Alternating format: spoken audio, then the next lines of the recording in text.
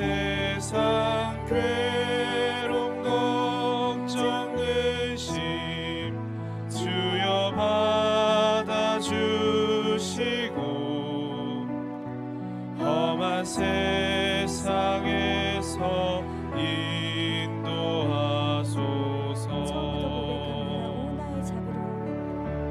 오 나의 자비로운 주여 나의 몸과 영혼을 주님 은혜로 다 채워주소서.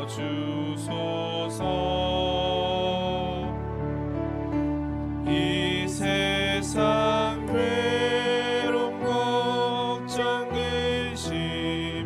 주여 받아주시고 험한 세상에서 인도하소서.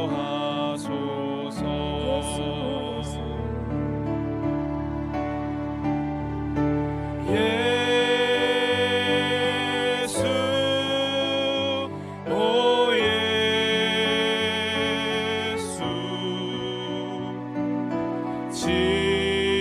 지금 오셔서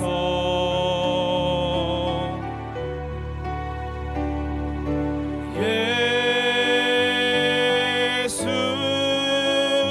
오 예수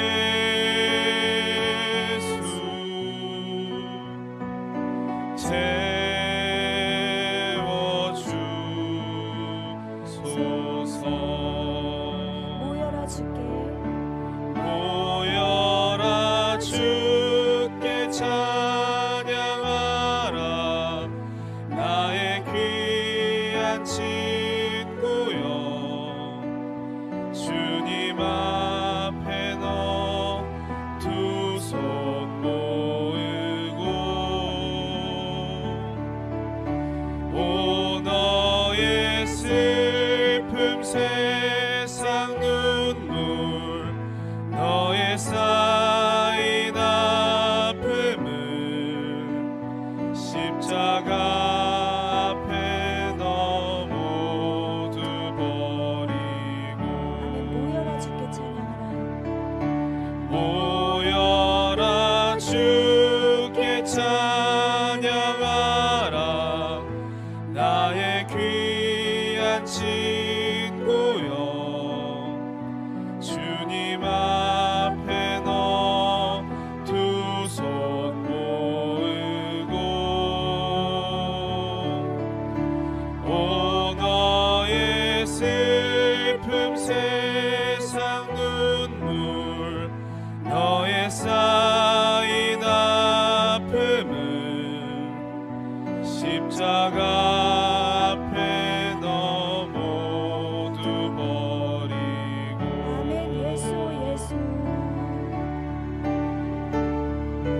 예수 오 예수 지금 오셔서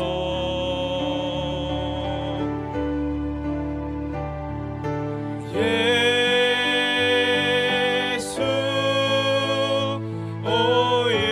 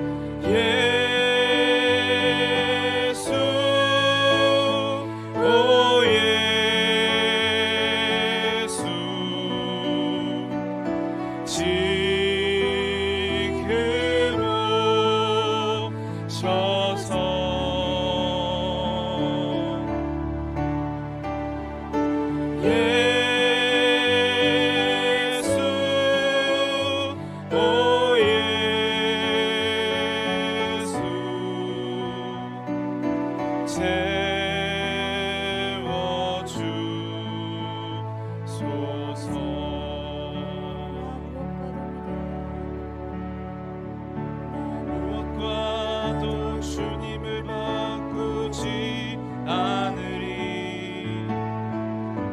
다른 어떤 은혜 구하지 않으리.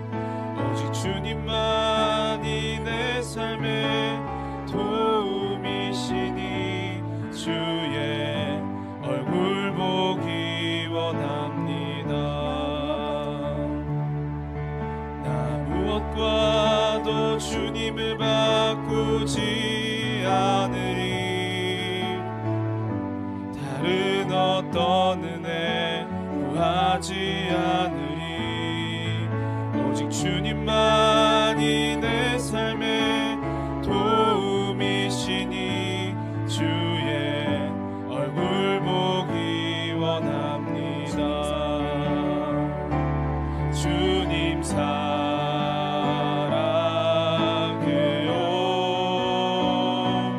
온 맘과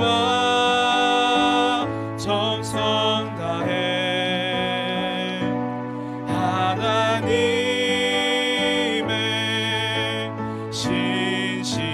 신실한 친구 되기 원합니다. 무엇과도 주님을 바꾸지 않으리. 다른 어떤 은혜 구하지 않으리. 오직 주님만이 내 삶의 도움이시니 주의 얼굴 보기 원합니다. 무엇과도 주님을 바꾸지 않으리. 다른 어떤 은혜 구하지 않으리. 오직 주님만이 내 삶의 도움이시니 주의 얼굴 보기 원합니다. 주님 사랑해요.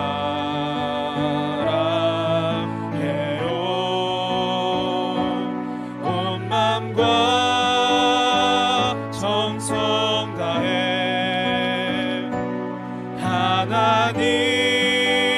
하나님의 신실한 친구 되기 원합니다. 주님 사랑해요.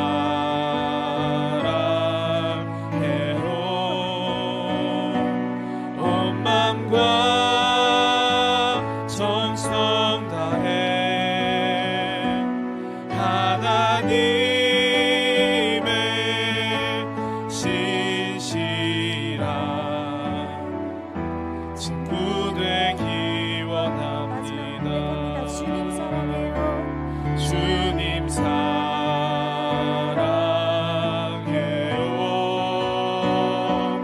온 맘과 정성 다해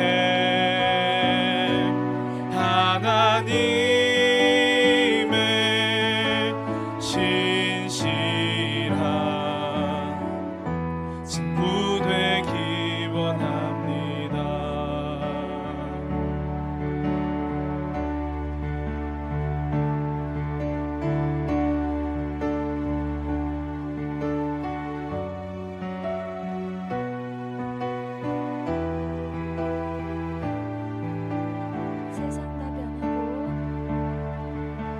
세상 다 변하고 이 삶의 끝이 와도 주 없인 살 수 없네. 주만이 내 영광 변치 않는 진리 주 없이 살 수 없네. 세상 다 변하고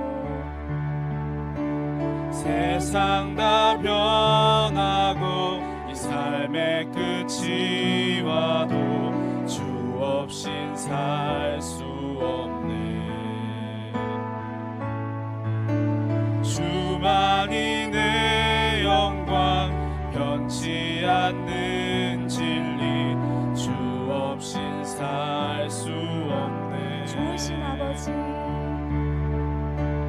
좋으신 아버지 진실하신 친구 주 없인 살 수 없네. 내 소망 내 위로 내 영광 내 기쁨 주 없인 살 수 없네. 내 주 없이 살 수 없네. 주 없인 살 수 없네. 주 없인 살 수 없네. 내 인생의 등대 내 삶의 소망 내 주 없인 살 수 없네. 처음부터 고백합니다. 세상 다 변하고 세상 다 변하고 이 삶의 끝이 와도 주 없인 살 수 없네. 주만이 내 영광 변치 않는 진리 주 없인 살 수 없네. 좋으신 아버지 좋으신 아버지 진실하신 친구 주 없인 살 수 없네. 내 소망 내 위로 내 영광 내 기쁨 주 없인 살 수 없네. 내 주 없이 살 수 없네. 내 주 없인 살 수 없네. 내 주 없인 살 수 없네. 내 인생의 등대 내 삶의 소망 내 주 없인 살 수 없네. 내 주 없이 살 수 없습니다. 내 주 없인 살 수 없네. 내 주 없인 살 수 없네. 내 인생의 등대 내 삶의 소망 내 주 없인 살 수 내 주 없이 살 수 없네. 내 주 없인 살 수 없네. 내 주 없인 살 수 없네. 내 인생의 등대 내 삶의 소망 내 주 없인 살 수 없네.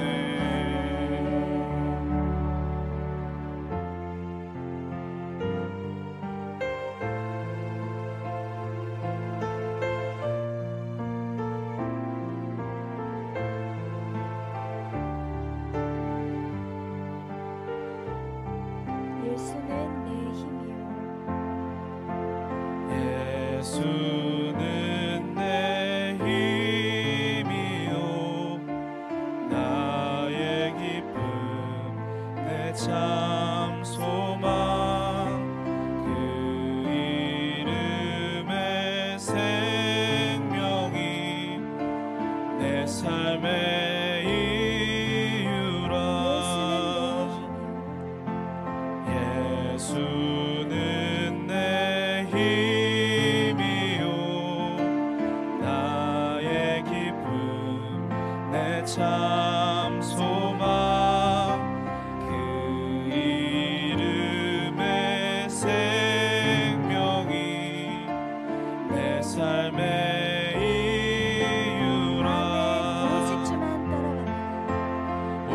오직 주만 따라갑니다.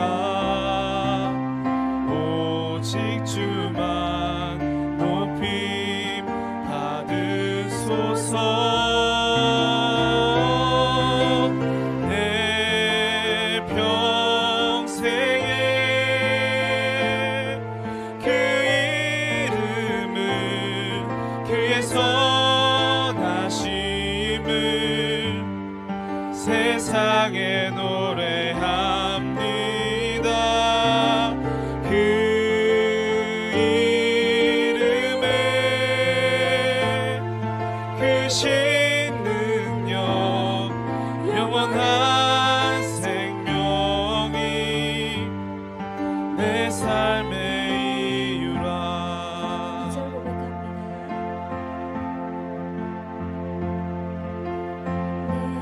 내가 사나 죽으나 그 이름을 위하여 내 모든 것 다 드리니 나를 받으소서. 내가 사나 죽으나 그 이름을 위하여 내 모든 것 다 드리니 나를 받으소서. 오직 주만 따라갑니다. 오직 주만 따라갑니다. 오직 주만 높임 받으소서. 내 평생에 그 이름을 그의 선하심을 세상에 노래합니다. 그 이름에 크신 능력 영원한 생명이 내 삶의 내 평생의 그 이유라. 내 평생에 그 이름을 그의 선하심을 세상에 노래합니다. 그 이름에 크신 능력 영원한 생명이 내 삶의 이유라. 내 평생에 그 이름을 그의 선하심을 세상에 노래합니다. 그 이름에 크신 능력 영원한 생명이 내 삶의 이유라. 하나님 아버지, 이 밤 우리 심령에 주님의 거룩함으로 채워 주시옵소서. 진리의 빛으로 주님으로 인한 기쁨과 감사로 채워 주시옵소서. 주여 한번 부를 짓고 기도합니다. 주여, 살아계신 하나님, 이 시간 예수님만이 나의 힘이요 나의 기쁨이고 나의 소망이 될 것 같아요. 이 시간 주님의 나의 삶의 이유가 오직 주님이십니다. 그의 선하심을 세상에 노래합니다. 그 이름에 크신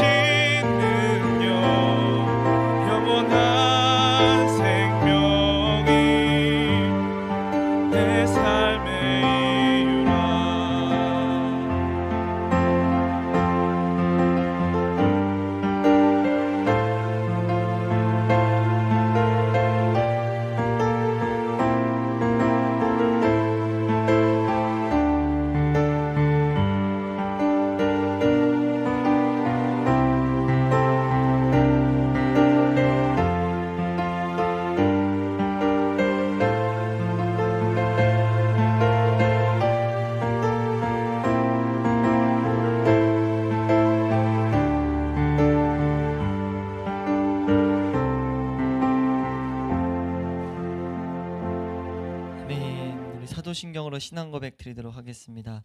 나는 전능하신 아버지 하나님 천지의 창조주를 믿습니다. 나는 그의 유일하신 아들 우리 주 예수 그리스도를 믿습니다. 그는 성령으로 잉태되어 동정녀 마리아에게서 나시고 본디오 빌라도에게 고난을 받아 십자가에 못 박혀 죽으시고 장사된 지 사흘 만에 죽은 자 가운데서 다시 살아나셨으며 하늘에 오르시어 전능하신 아버지 하나님 우편에 앉아 계시다가 거기로부터 살아있는 자와 죽은 자를 심판하러 오십니다. 나는 성령을 믿으며 거룩한 공교회와 성도의 교제와 죄를 용서받는 것과 몸의 부활과 영생을 믿습니다. 아멘. 우리 함께 말씀 보도록 하겠습니다. 함께 보실 말씀 갈라디아서 2장 우리 11절에서 14절 말씀입니다. 갈라디아서 2장 11절에서 14절 말씀. 갈라디아서 2장 11절에서 14절 우리 크게 한 목소리로 합독하도록 하겠습니다. 함께 읽습니다. 시작. 게바가 안디옥에 이르렀을 때에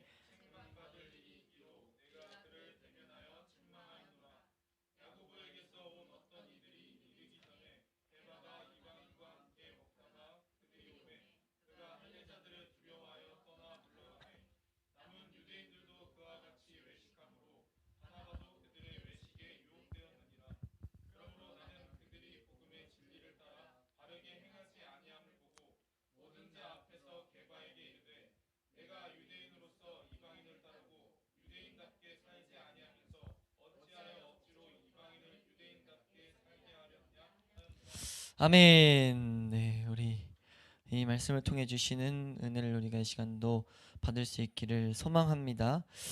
네, 우리가 갈라디아서를 계속 보고 있습니다. 갈라디아서 보고 있는데 이제 2장으로 들어와서 2장에 이제 그 뒤에 너무 중요한 내용이 나오는데 2장의 1절부터 10절 말씀을 통해서 1절에서 10절을 한마디로 딱 요약하면은 바울이 지금 이제 계속 자기를 변호하는 거의 연속인데 지금 변호하는 그 내용에 대해서 그리고 갈라디아 지역에 들어온 그 잘못된 복음에 대해서 이제 언급을 하면서 그거를 반드시 끄집어내야 한다는 것을 이제 우리에게 보여주고 있어요. 여러 가지 사건을 통해서. 그래서 그 1절에서 10절 사건은 우리 바울의 이 사도권을 좀 공격할 수 있는 사도들과 일치를 이루고 있지 않다 이런 것들을 그거 아니다. 우리 그 예루살렘의 그 기둥 같은 존재, 그 유력한 자들 이름만 들어도 알 수 있는 그 사도들과 내 복음은 지금 일치를 이루고 있다라는 것을 가르치고 있다는 거예요.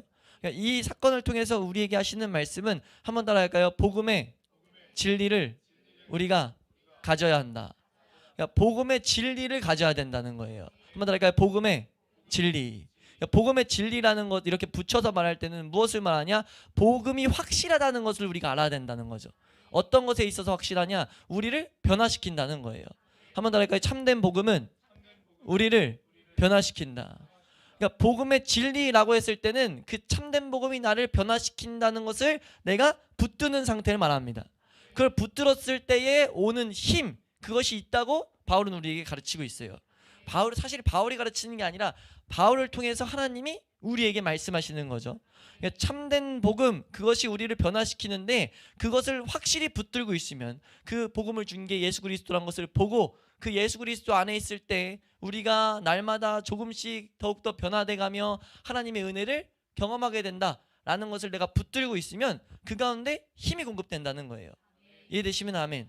근데 이 힘을 끊게 만드는 그 공격이 있으니 그것이 무엇이냐면 복음을 왜곡시키는 거라는 거죠.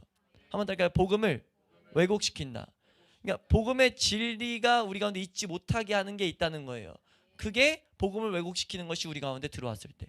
그러니까 그건 절대 납두면 된다 안 된다? 절대 안 된다는 거죠. 한번 더 할까요? 내 안에 복음이 왜곡되는 것을 놔두면 안 된다. 예, 그것을 지금 말하고 있다는 거예요. 그 내용을 해서 봤더니 복음은 오직 구원을 이루는 길은 복음이란 것은 인류가 그 어둠 가운데 있는 인류가 빛이신 하나님께 나아갈 수 있게 됐다. 이것이 기쁜 소식 복음이란 말이에요. 창조주인 하나님을 발견할 수 있게 됐다. 이해되시면 아멘.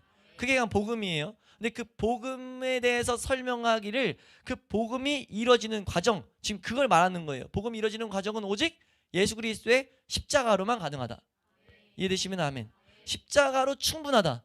어떤 인간의 노력, 어떤 다른 방편 전혀 필요 없고 십자가로만 우리의 구원은 완성된다. 이해되시면 아멘.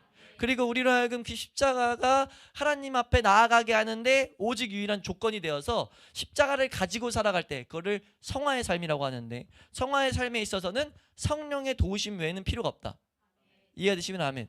성령이 도우신다는 건 사실 또 이것도 별개가 아니에요. 성령이 우리가 공부한 것처럼 십자가를 가지고 살아가는 데는 성령의 조명으로 뭐가 있어야 되냐? 말씀이 조명돼야 되는 거죠. 말씀이 깨달아지고 말씀이 우리 가운데 이렇게 새겨지면서 한번 따라할까? 하나님 말씀을 지킬 힘이 내 안에 없습니다. 그러니까 말씀을 지키고자 하는 것을 우리가 가지고 살아가면서 더욱더 그것을 깨닫고 바라보면서 뭐 하는 거냐? 깨달아진 말씀들을 그대로 살아갈 수 있도록. 이해가 되세요? 성령님이 조명시켜서 이렇게 말씀대로 살아야 돼. 말씀을 가지고 우리 금요일날 말씀 나눴던 대로 성령님이 말씀을 조명시켜 가지고 우리 가운데 그 말씀이 사건 가운데 어떤 것인지 들리게 하실 때 그 말씀을 내가 어떻게 지키겠다가 아니라 지킬 수 있는 힘을 구하는 자리로 나아가야 된다는 거죠. 이해가 되세요? 근데 지금 갈라디아 지역에 들어온 것은 이 성화의 과정에서, 특별히 성화의 과정에서 문제가 생긴 겁니다. 그러다 보니까 아직 구원을 이루지 못한 자들에게도 문제가 생기는 거예요. 근데 어떤 문제였냐면 그 교회 내에서 어떠한 행동들을 해서 하나님의 백성으로 인정을 받으라고 말했다는 거죠. 이해가 되세요? 그들을 유대인 그리스도, 유대인 그리스도인들, 유대교 안에 있는 그리스도인, 혹은 율법주의자들, 혹은 할례파 그리스도인 이렇게 불러요. 이해되세요? 할례파라고 하는 이유는 할례가 하나님의 백성이라는 언약의 표징입니다. 할례가 구약시대 보면은 이 할례를 통해서 하나님이 이런 약속을 주세요. 할례를 행하면 그 행한 사람에게 내가 하나님의 사람인 것을 내가 확증하는 표다라고 이렇게 약속을 하셨어요. 이해되세요? 사실 그 할례파 그리스도인은 전체적으로 뭘 말하냐면 구약에 있는 절기들, 구약에 있는 방편들을 따라서 하나님의 백성으로 살아가야 되는 것. 이해되세요? 그러니까 구약에 있었던 그런 것들이 절대 없어지지 않고 구약에 있었던 그것을 가지고 우리가 그 모습이 삶 가운데 나타나야 그래야 하나님 백성이야 라고 말을 하는 자들이었다는 거죠.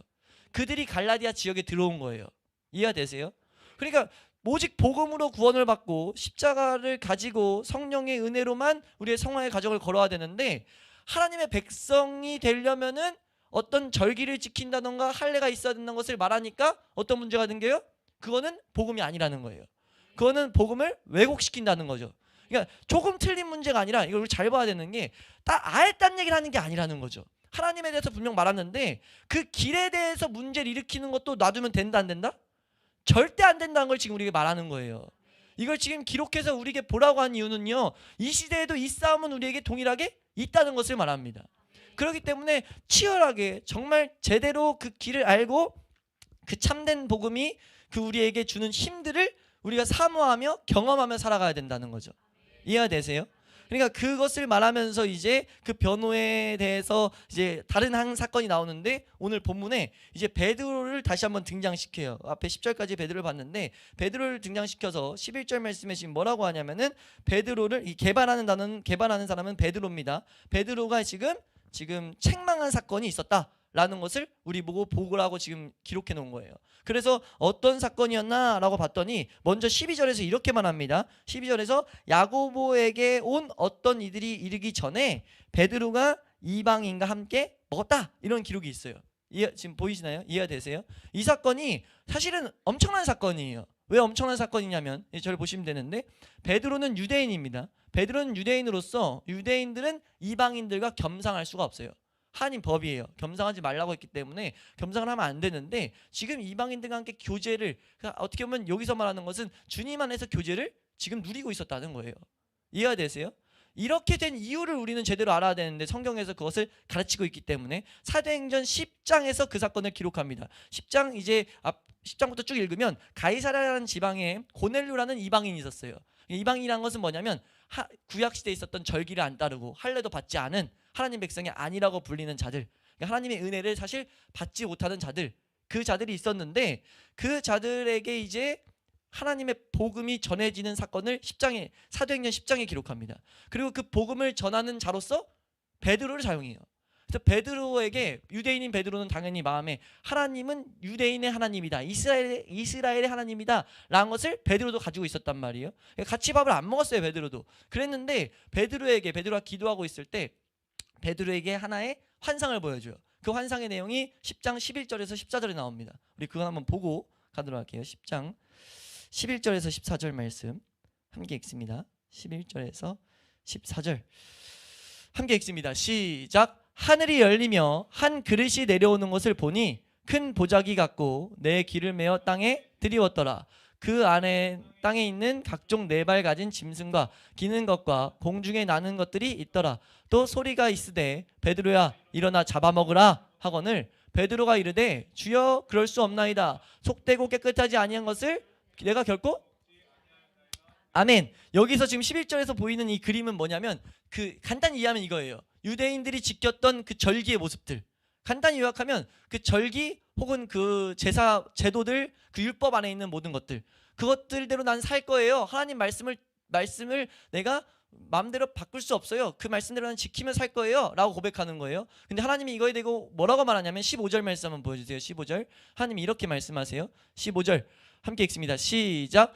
또 두 번째 소리가 있으되 하나님께서 깨끗하게 하신 것을 내가 속되다 하지 말라 하더라. 아멘. 이게 이런 일이 16절 보면 3번 있습니다. 이 환상을 베드로가 경험해요. 그 뒤에 고넬료를 통해 가지고 하나님이 이 동시에 고넬료에게는 다른 환상을 보여줘 가지고 베드로를 불러오라고 해가지고 이제 베드로를 불러온 장면이 있어요. 그래서 베드로가 이런 일 때문에 내가 고넬료 지방 가서 난 원래 너희와 겸상하면 안 되는데 지금 하나님이 보낸 것 같아서 뭐 이해 못해서 지금 여기 와 있다라고 해서 난 그냥 복음을 전해 해서 그냥 난 순종하는 것까지가 내 역할이야 해서 그냥 복음을 전해요. 24절에 이렇게 이 환상을 어떻게 이해했는지 24절에 나오는데 우리 24절 말씀 한번 보여주세요. 24절 함께 읽습니다. 24절 함께 28절 함께 읽습니다.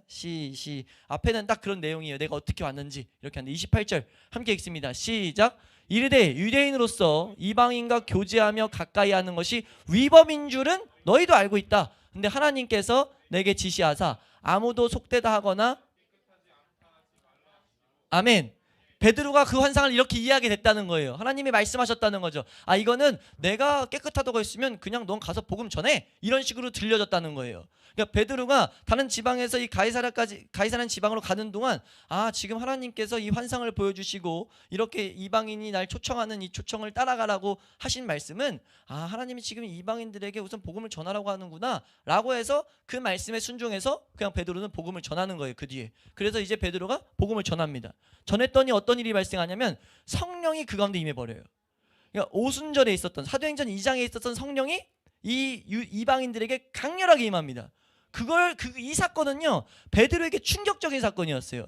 베드로뿐만 아니라 이 당시 이 시기에 완전히 충격적인 사건이고 우리 이 세계사 그리고 기독교 안에서도 엄청난 사건인 이유는 이제 이스라엘의 하나님이 아니라 온 우주에 온 세계 하나님께서 이제 온 세계에 그 하나님이 되실 수 있는 길이 열렸다는 것을 선포하는 사건이에요. 그래서 이방인들에게 이 복음이 전해지는 것을 이제 베드로가 경험하고 나서 깨달은 거예요. 율법과 모든 계명들이 율법이 똑같구나. 율법과 모든 관습들, 모든 그런 절기들, 모든 있었던 내가 행위를 했던 모든 것들이 이제 예수님이 말했던 것처럼 폐지됐구나. 그런 것들을 이제 깨닫게 된 거예요. 히브리서 말한 것처럼 맡겨줄 때까지 예수님이 정말 본체였고 예수님이 안성시켜고 이제 온전히 예수 그리스도로만 하나님 앞에 나아가는 길이 열렸구나. 그러니까 바울이 경험했던 히브리서에 기록되어 있는 그 복음이 베드로에게도 온 거예요. 이해가 되세요? 그래서 베드로가 자유해졌습니다. 아, 이방인들에게 어떤 것을 강요할 필요도 없고 유대인인 나도 더 이상은 어떤 행위로서 하나님 앞에 나갈 필요가 없구나 라는 것을 알게 된 거예요. 그래서 그 뒤에 이제 사도행전 15장 말씀에 공의회를 열어가지고 교회들이 일치를 이룹니다. 이방인에게도 구원이 있다. 이것을 같이 이제 동의해요. 이해가 되세요? 무슨 흐름인지? 그 뒤에 있었던 사건이에요. 지금 이 내용이. 그래서 이제 자유함을 가지고 안디옥이라는 지역에 가가지고 그 지역의 성도들과 이방인 성도들과 베드로와 함께 식탁 교제를 하고 있었던 거예요. 이해가 되세요? 상황이? 그 식탁 교제를 하고 있는데 어떤 일이 있었냐면 우리 우선 베드로에게 이 장면을 좀 더 이해하기 위해서 사도행전 11장 2절 3절 말씀 한번 보도록 할게요. 그러니까 베드로가 지금 이들에게 10장에서 전도하잖아요. 전도한 것 때문에 이런 책망을 받아요. 우리 2절 3절 예루살렘에서 그 할레파 그리스도인들에게 이런 책망을 받습니다. 함께 읽습니다. 시작. 베드로가 예루살렘에 올라갔을 때에 할례자들이 비난하여 이르되 내가 무할례자의 집에 들어가 함께 먹었다 하니, 지금 이것이 그냥 여기서 비난하다고만 하고 지나갔는데 이 비난이 좀 더 컸나 봐요. 이 비난이 좀 힘들었나 봐요. 그걸 유추할 수 있는 게 이 할레파 그리스도인들이 안디옥 지방의 야고보에게서 보내를 받아가지고 지금 오늘 온 장면이 12절에 그걸 기록하고 있는 거예요. 12절 말씀 다시 한번 읽어볼게요. 함께 읽습니다. 12절 함께 읽습니다. 시작.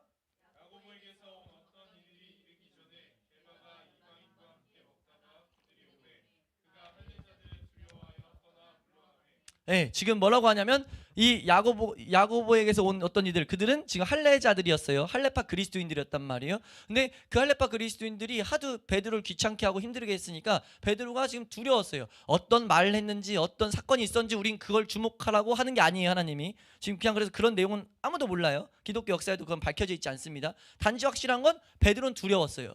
두려워서 그들과 함께 있는 게 그냥 걱정되고 싫고 두려웠다는 거죠. 그래서 뭐 했어요? 그냥 문제 안 일으키고 그냥 떠나려고 그 이방인 그리스도인들과 교제하는 걸 멈추고 그냥 떠났어요. 떠났는데 어떤 일이 발생하냐면 이 지도자가 그냥 하나님이 주신 이 자유로운 복음을 가지고 함께 교제하는 것을 멈춘 거죠. 베드로의 자유로 멈추게 되니까 베드로의 모습을 보고, 그 지도자인 베드로의 모습을 보고 그들을 따르는 다른 유대인 그리스도인들, 유대인 중에서도 이제 하나님의 예수 그리스도를 통해서 영접함을 받은 그 사람들, 나아가서 바나바라는 유력한 자까지 다 같이 그 교제를 멈추고 떠나버려요. 이해되세요? 이 사건까지는 충분히 있을 수 있는 내용이에요. 근데 바울은 이걸 지금 책망했다는 거죠. 그러니까 바울이 책망했는데 어떤 식으로 책망했냐면 모든 이들 앞에서 지금 너 이거 잘못된 거야 라고 지금 소리쳤다는 거예요. 근데 이게 이렇게 기록한 이유를 알아야 되는데 이게 지금 이렇게까지 바울은 내가 이렇게까지 행동을 했다라는 걸 보이는 거거든요. 왜냐하면 이 위에서, 바로 위에서 뭐라고 말하냐면 베드로는 그 예루살렘의 유력한 자, 유명한 자, 특정 있는 어떤 사람이 뭐라고 말하면 다 알만한 사람이었다 라고 말하면서 또 9절 말씀에는 기둥과 같은 사람이다. 교회의 기둥과 같은 사람인데 그 중요한 사람을 다 같이 모여있는데 따로 불러서 얘기한 것도 아니고 다 같이 모였는데 창피함을 줬다는 거죠. 절대 안 돼. 너 행동 그거 잘못된 거야. 그 행동 지금 너 문제 있는 거야 라고 바울이 말했다는 거예요. 이해가 되세요? 이 장면이 이해가 되세요? 왜 그랬나 라고 봤더니 베드로는 분명히 그 은혜를 알았기 때문에 베드로의 중심은 그렇지 않아요. 율법을 가지고 하나님 앞에 나아가지 않는다는 걸 베드로가 알아요. 근데 베드로가 그냥 그 당시에 그 할레파 그리스도인들 때문에 두려워가지고 떠남으로 말미암아 남아있는 안디옥에 있는 그 이방인 그리스도인들에게 어떤 생각이 들어갔냐면 내가 그래도 율법을 좀 지켜야지. 지켜야 교회 공동체 일원이 되고 하나님 백성으로 살아갈 수 있지 라는 생각을 갖게 만들었다는 거예요. 그래서 내가 그래도 할례라도 받아야 되나? 라는 생각을 갖게 한 거예요. 그래서 14절에 이렇게 기록합니다. 14절 함께 봅니다. 14절 함께 읽습니다. 시작. 그러므로 나는 그들이 복음의 진리를 따라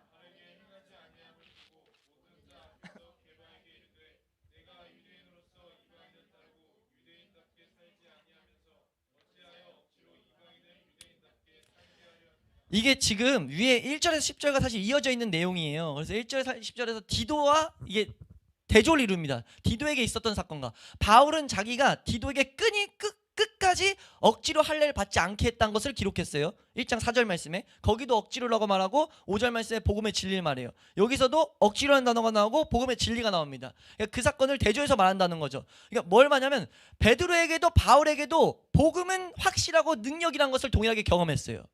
이해됐어요? 이해되세요? 그러면 우리는 어떻게 살아야 되냐면 복음의 진리를 바라보며 복음의 진리가 이끄는 대로 살아가야 되는데 베드로는 순간 사람에게 시선을 놓친 거예요. 그 가운데 하나님의 은혜를 구하고 하나님 앞에 하나님이 원하시는 방향대로 했어야 되는데 복음의 진리가 확실한 가운데 서 있었어야 되는데 잠깐 그냥 사람 좋은 게 좋은 거지 해서 좋은 게 좋은 거지로 떠났더니 그 행동이 거짓 가르침이 됐다는 거죠. 그 행동이 교회에 잘못된 것을 붙잡게 만드는 일을 만들었다는 거예요. 아주 조금인데 바울은 그걸 볼 수 없었다는 거예요. 바울이 볼 수 없는 게 아니고 성령님이 기록하게 한 이유가 우리에게 지금 말하는 거예요.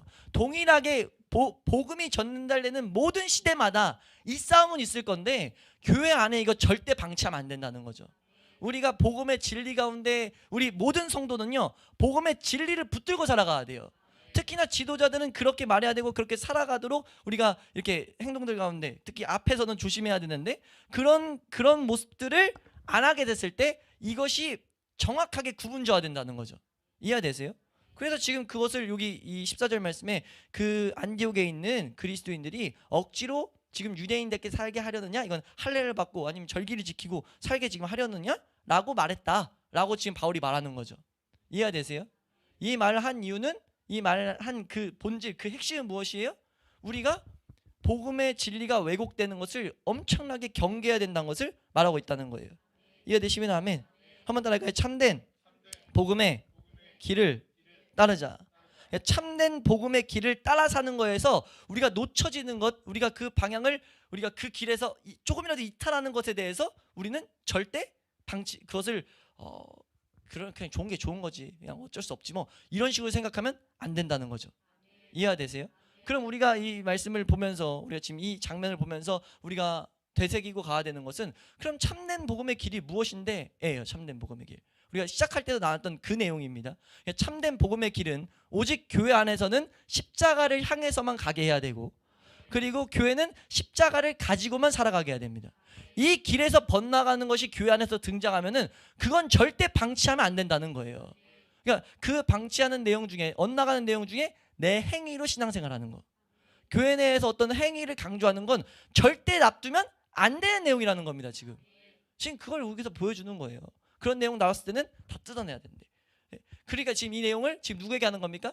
갈라디아 교인들에게 말하는 거예요. 내가 이 사건을 기록해서 이런 사건을 지금 말하는 이유가 뭐냐면 갈라디아 교인에게 이렇게 말하는 거죠. 그 예루살렘의 기둥 같은 유력한 자인 베드로에게 어떻게 보면 베드로가 의도하지도 않은 내용이고 그냥 할 수 있는 실수인데 그 실수를 나는 모든 이들 앞에서 말할 수밖에 없었다. 왜? 그 모습 때문에 그 성도들이 잘못된 교리를 붙잡으면 그들은 자라갈 수 없기 때문에 난 말할 수밖에 없었다는 거죠. 지금 바울이 뭐라고 말하는 겁니까? 앞에 계속 말하는 게 나는 너희 갈라디아 지역에 들어온 다른 교훈을 가르치는 행동을 강조하는 그 사람들을 납둘 수가 없어. 왜? 그거는 그냥 좋은 게 좋은 거지 하나님 앞에서 다 똑같은 형제 자매지 라고 볼 수 있는 내용이 아니라 1장 다시 6절 7절 말씀 한번 읽습니다. 6절 7절이 계속 끌고 가고 있는 내용의 본질이에요. 6절 7절 말씀 함께 읽습니다. 시작. 그리스도의 은혜로 너희를 부르신 이를 이같이 속히 떠나 다른 복음을 따르는 것을 내가 이상하게 여기노라. 다른 복음은 없나니 다만 어떤 사람들이 너희를 교란하여 그리스도의 복음을 변하게 하려. 아멘. 지금 말하는 핵심이 그거예요. 너희를 부르신 하나님을 떠난 내용이다. 그거는 그러니까 우리가 알아야 되는 게 복음이라고 다 말하고는 있지만 우리가 하나님을 섬긴다고 말하고 있지만 내 자아를 가지고 뭔가 하게 만드는 것은 우리가 율법주의로, 그러니까 우리가 이건 있어요. 구원에 있어서는 율법주의를 정말 잘 배격해요. 근데 성화에 있어서 율법주의는 분별을 안 해요. 성화도 은혜로만 가야 되는데 하나님 앞에 나아가는 것도 온전히 은혜로만 가야 되는데 그거를 교회 안에서 계속해서 말하는 거예요. 하나님이 교회 안에서 모든 가르침들이 교회 안에서 우리가 복음의 진리를 쫓아가고 있지 않으면 그 행위를 강조하는 모습들이 나타나게 될 거야. 그거는 절대 있으면 안 된다는 거죠. 왜요? 그건 다른 복음은 없다는 걸 너희가 알아야 된다는 거죠. 그거는 복음의 모습처럼 보여도 복음 아니야. 그건 너희를 교란해서 그리스도의 복음을 그냥 변하게 해서 너희 가운데 하나님 앞에 제대로 나아가지 못하게 하는 거다. 너무 진리 아닙니까? 교회가 왜 지금 하나님을 못 섬기고 있어요? 왜 교회가 하나님을 못 누립니까? 다른 복음을 방치해서 그래요. 교회 안에 다른 복음이 있을 때 이렇게까지 싸워야 되는데 이렇게까지 싸워야 돼? 라는 생각들을 다 하고 있어서 그래요. 우리 축동회복의 교회는 절대 그런 일이 발생하지 않을 수 있는 은혜를 구할 수 있기를 축복합니다. 이걸 안 하고 싶다라고 해서 안 하는 게 아니라 우리가 그렇게 하기 위해서는 참된 복음의 길을 잘 따라야 된다는 거죠. 한번 따라갈까요? 주여 나로 하여금 참된 복음의 길을 따르게 하여 주시옵소서. 아멘. 그거는 우리로 하여금 우리가 어디까지 와 있는지 알고 십자가를 향해 가든지 십자가를 가지고 살든지. 십자가를 가지고 살아가는 건 뭐라고 했습니까? 다시 한번 우리가 반복하면 우리가 성령님께서 말씀하세요. 성령님 말씀하셔서 성경이 깨닫게 하실 때 한번 따라할까요? 아, 하나님, 나는 이 말씀을 지키고 싶은데 지킬 수 있는 힘이 없습니다. 그래서 나는 은혜가 필요합니다. 그 은혜가 우리로 하여금 십자가를 바라보게 한다고요. 은혜를 구하러 가야 되는데 난 말씀대로 못 살고 있으니까 말씀대로 못 살면 하나님 앞에 못 나가는데 하나님 앞에 나아가게 하는 유일한 길이 뭡니까? 십자가죠. 그러니까 십자가로 살아가는 거예요. 이해되세요? 그러니까 말씀이 깨닫게 해서 그렇게 가게 되면 어떤 바울은 어떤 기반이 뭡니까? 이 모든 말의 기반은 뭐냐면 한번 더 참된 복음은 사람을 변화시킨다. 반드시 변화시킨다. 참된 복음은 인생들을 이 복음이 교회에 있어야 되는 이유는 내가 너무 확실히 경험한 건 나에게 참된 기쁨과 참된 만족을 가져다 준 것이 이 복음이기 때문이다. 내가 교회에 내가 사람들에게 줄 것은 이 복음 외에는 없어. 그러니까 이 복음이 변질되는 건 절대 안 돼. 이게 기반에 깔려 있는 거예요. 그러니까 지금 우리 교회는 그걸 바라보고 믿어야 되는 거죠. 뭐요? 복음은 우리를 변화시킨다. 복음은 우리에게 참된 기쁨을 가져다 준다. 참된 만족을 주고 어둠 가운데 빛을 보게 만든다는 거예요. 우리가 이 복음이 열매 맺는 자리까지 나아가는 우리 죽동 회복의 교회가 될 수 있길 축복합니다. 참된 복음을 따라서 그 복음의 능력을 경험하고 그 경험을 통해 가지고 마귀가 아무리 공격할 때 그 공격이 와도 우리가 그거 아니야 라고 담대히 말할 수 있는 우리 성도님들 될 수 있기를 축복합니다. 네. 우리 성찬식을 한 달에 한 번 하려고 했는데 3월을 놓쳤어요. 제가 어떻게 하다 보니까 3월을 놓쳤는데 저도 더 집중해서 우리가 점차 이 성찬을 통해서 주시는 은혜들을 함께 경험할 수 있기를 소원합니다. 그래서 우리가 이 시간 성찬 예식을 앞서서 항상 성찬 예식을 제대로 알고 우리가 드려야 되기 때문에 나눠드린 것들을 또 보셨겠지만 또 간단히 알아야 될 것을 우리가 지금 잠깐 묵상하고 성찬 예식을 진행하도록 하겠습니다. 우리가 알아야 될 것은 이 성찬 예식이라는 것은 예수님께서 제정하신 복된 예식이라는 거죠. 그래서 이 예식이 지금도 놀라운 신비를 우리에게 제공해 준다는 것을 우리는 믿어야 됩니다. 그 은혜를 누리기 위해서 확실히 알아야 돼. 그러니까 말씀을 올바로 알아야 따라갈 수 있는 것처럼 이 성찬 예식도 올바로 알아야 우리가 그것을 누릴 수 있기 때문에 우리가 두 가지만 보도록 하면요. 성찬이 우리가 말씀과 기도로 우리가 은혜의 방편을 주셨잖아요. 하나님의 은혜를 누릴 수 있도록 말씀과 기도를 주셨는데 종교 개혁자들은 이렇게 말해요. 이 성찬도 은혜의 방편이다 라고 말해요. 그러니까 기도와 말씀과 동일한 능력을 가지고 있다고까지 말하는 거예요. 이해되세요? 그래서 우리가 이 성찬이 말씀과 기도처럼 은혜의 방편으로 여겨지려면 이 성찬이 보이는 말씀이라는 점을 염두에 두어야 된다고 말해요. 한번 더 할까요? 성찬은 보이는 말씀이다. 성경이 읽는 말씀 혹은 듣는 말씀이라고 한다면 이 성찬은 보이는 말씀이라는 거죠. 보이는 말씀이라는 것은 글이나 음성으로 우리에게 인식하도록 하는 성경과 다르다는 거죠. 눈으로 봄으로써 우리가 복음을 인식하게 만든다라는 것. 성찬은 우리 오감을 통해서 하나님 말씀이 어떻게 우리에게 살과 피가 되는지를 깨닫게 만드는 역사가 있다고 말해요. 이해가 되세요? 그런 은혜를 사모해야 된다는 거죠. 마치 빵이란 것을 냄새 맡고 입으로 맛있게 씹어서 그 후에 삼켜서 소화시키는 것처럼 이 하나님 말씀이 주린 영혼에게 구미를 당기게 하는 향기를 내고 있고 그 말씀을 먹음으로써 그 말씀이 소화됨으로써 살과 피가 된다는 내 영의 살과 피가 된다는 것을 이렇게 그려지는 그 은혜가 이 성찬 예식 가운데 우리에게 흐른다는 거예요. 이해가 되시죠? 우리가 그것을 기억해야 되고 두 번째로 이 성찬이 말씀과 기도처럼 은혜의 방편으로 여겨지려면 이 성찬을 통해서 성도가 한 몸이라는 점을 기억해야 된다고 가르치고 있어요.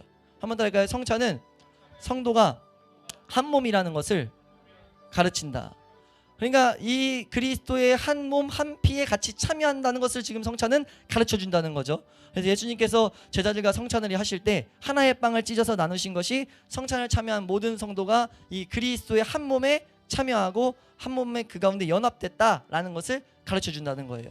그래서 우리가 성찬에 참여할 때 우리 성도들은 모두 예수 그리스도를 머리로 한 몸임을 고백하면서 참여해야 된다고 말해요. 우리가 이 성찬에 함께 교회에서 참여하는 것은 예수 그리스도를 머리로 하는 예수 그리스도를 바라보고 함께 나아가는 이 교회 공동체다라는 것을 생각해야 된다. 근데 이거는 단순히 이게 심리적으로 하나 되는 것을 막 생각하는 것이 아니라 그렇지 않고 그렇게 마음을 먹으면서 뭐 해야 되냐면 이것이 가능하게 하는 건 성령의 임재이기 때문에 그 성령의 임재를 구하면서 성찬에 참여해야 된다라고 말하고 있어요. 이해가 되세요? 칼빈은 그래서 성찬에 대해서 뭐라고 말하냐면 이 성찬의 약속들이 그리스도를 제시하는 것은 그저 겉모양과 단순한 지식에 머물러 있도록 하는 것이 아니라 그리스도께 참여하는 것을 진정으로 우리가 누리게 하기 위함이다 라고 말해요. 그래서 성찬은 은혜가 성도에게 주어지도록 예수님께서 만들어주신 은혜의 방편이다 라는 거죠. 우리가 이 시간 함께 성찬 예식을 함께 진행하도록 하겠습니다. 우리 성찬 예식, 성찬 제정의 말씀을 우리가 읽고 우리가 시작하거든요. 우리 고린도전서 11장 23절에서 32절 말씀, 반주경 켜놓은 상태로 다 같이 한번 읽도록 합니다. 고린도전서 11장 23절에서 32절 말씀입니다. 우리 함께 한 목소리로 읽도록 하겠습니다. 함께 읽습니다. 시작. 내가 너희에게 전한 것은 주께 받은 것이니 곧 주께서 밤에 떡을 가지사 축사하시고 떼어 이르시되 이것은 너희를 위하여, 식후에 또한 그와 같이 잔을 가지시고 이르시되 이 잔은 내 피로 세운 새 언약이니 이것을 행하여 마실 때마다 나를 기념하라 하셨으니 너희가 이 떡을 먹으며 이 잔을 마실 때마다 주의 죽으심을 그가 오시는 전하는 것이니라. 그러므로 누구든지 주의 떡이나 잔을 합당하지 않게 먹고 마시는 자는 주의 몸과 피에 대하여 죄를 짓는 것이니라. 사람이 자기를 살피고 그 후에야 이 떡을 먹고 이 잔을 마실지니 주의 몸을 분별하지 못하고 먹고 마시는 자는 자기의 죄를 먹고 마시는 것이니라. 그러므로 너희 중에 약한 자와 병든 자가 많고 잠자는 자도 적지 아니하니 우리가 우리를 살폈으면 판단을 받지 우리가 판단을 받는 것은 주께 징계를 받는 것이니 이는 우리로. 아멘. 네, 우리 이 예식 예수님이 제정하셔서 이 말씀에 입각해서 우리는 계속해서 이 초대교회로부터 이 성찬 예식을 진행합니다. 이 예식은 그러니까 예수님께서 친히 세우사 예수 그리스도를 기념하여 그가 다시 오시기까지 그의 죽으심을 기억하게 만드는 예식이에요. 그래서 이것을 통해서 하나님께서는 자기 백성에게 힘을 주셔가지고 죄를 대적하게 하며 모든 고난에서 그 우리 하나님의 사람들을 견고하게 만들고 그들을 더욱더 건장하고 촉진하게 만들어서 빛과 소금의 책임을 감당하게 만드신다고 이 성경은 가르치고 있어요. 그래서 우리로 하여금 더욱더 거룩한 주의를 일으키게 해서 양심의 평안과 영생의 소망을 확신하게 하는데 유익을 계속해서 가져다 주는 것이다 라고 말하고 있습니다. 이해되세요? 그래서 그것의 핵심은 우리가 우리를 살펴야 된다는 거죠. 이 살펴야 된다는 것은 무엇을 말하냐면 우리 안에 죄된 것들을 돌아보고 그 죄들을 위해 오신 예수 그리스도의 은혜를 믿음으로 붙잡는 거예요. 한 번 더 할까요? 예수님이 내 죄를 위해서 오셨다. 그러니까 내가 세상을 사랑하는 것을 위해서 오셨다는 거죠. 그러니까 내 삶 가운데 그 죄들과 싸우게 하시고 이기게 하시는 은혜를 바라보는 거예요. 이해되세요? 여기서 오해하지 않아야 될 것은 내가 죄와 싸우겠다는 다짐을 하라는 게 아닙니다. 이기게 하시를 예수님의 은혜를 내가 사모하고 그 길을 원한다는 영의 고백으로서 참여하는 거예요. 이게 그런 능력이 있으니 예수님의 그 흘리신 그 보혈 찢기신 몸 이것이 나의 삶 가운데 실제가 되어서 내 삶의 실제 싸움을 경험하게 하시고 승리를 경험하게 해 주시옵소서. 이해되세요? 그렇게 믿음으로써 성찬 예식에 참여할 때 우리에게 그런 은혜를 지속적으로 주시겠다고 약속하셨다는 겁니다. 우리가 이 시간 이제 묵상으로 기도하시면서 우리가 이제 그래서 우리의 죄들을 돌아보고 이 죄를 처리하실 예수님을 믿음으로 바라보는 은혜를 구하는 시간을 잠깐 갖고 성찬 예식을 진행할 텐데 우리 잠깐 묵상으로 돌아보면서 내 안에 있는 죄들 생각나게 하시는 것들 보게 하시면서 이 죄를 언제 하나님 예수님이 이기게 하실 싸우게 하실 그 은혜를 내가 정말 원합니다. 내 육신은 그것을 원하지 않지만 내 영이 정말 빛 가운데 나아가길 원합니다. 그 가운데로 나아가도록 은혜로 제정하신 이 성찬 예식을 통해서 나에게 하나님의 은혜가 이 시간도 더욱더 덧입혀지기를 소원합니다. 이런 우리의 기도를 우리가 함께 묵상으로 함께 잠깐 기도하며 나아가도록 하겠습니다.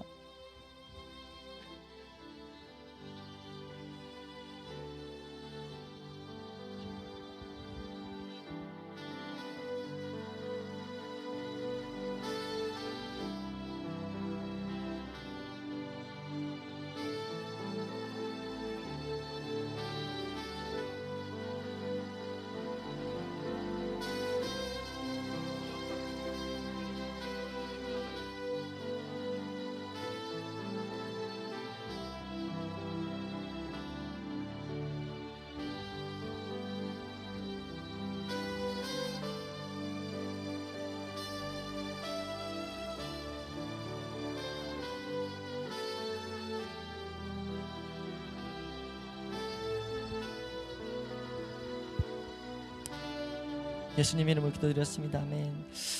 기도하겠습니다. 모든 긍휼의 하나님, 모든 위로의 하나님께서 은혜로 우리 가운데 임하시고 우리 안에서 성령으로 효능 있는 역사를 이루사 이 떡과 포도주를 거룩하게 하시고 주의 율례를 축복하사 우리가 믿음으로 우리 때문에 십자가에 돌아가신 예수 그리스도의 몸과 피를 받아 먹게 하시고 주님과 하나가 되어서 우리가 주 안에서 살게 하여 주옵소서. 예수님의 이름으로 기도드렸습니다. 아멘.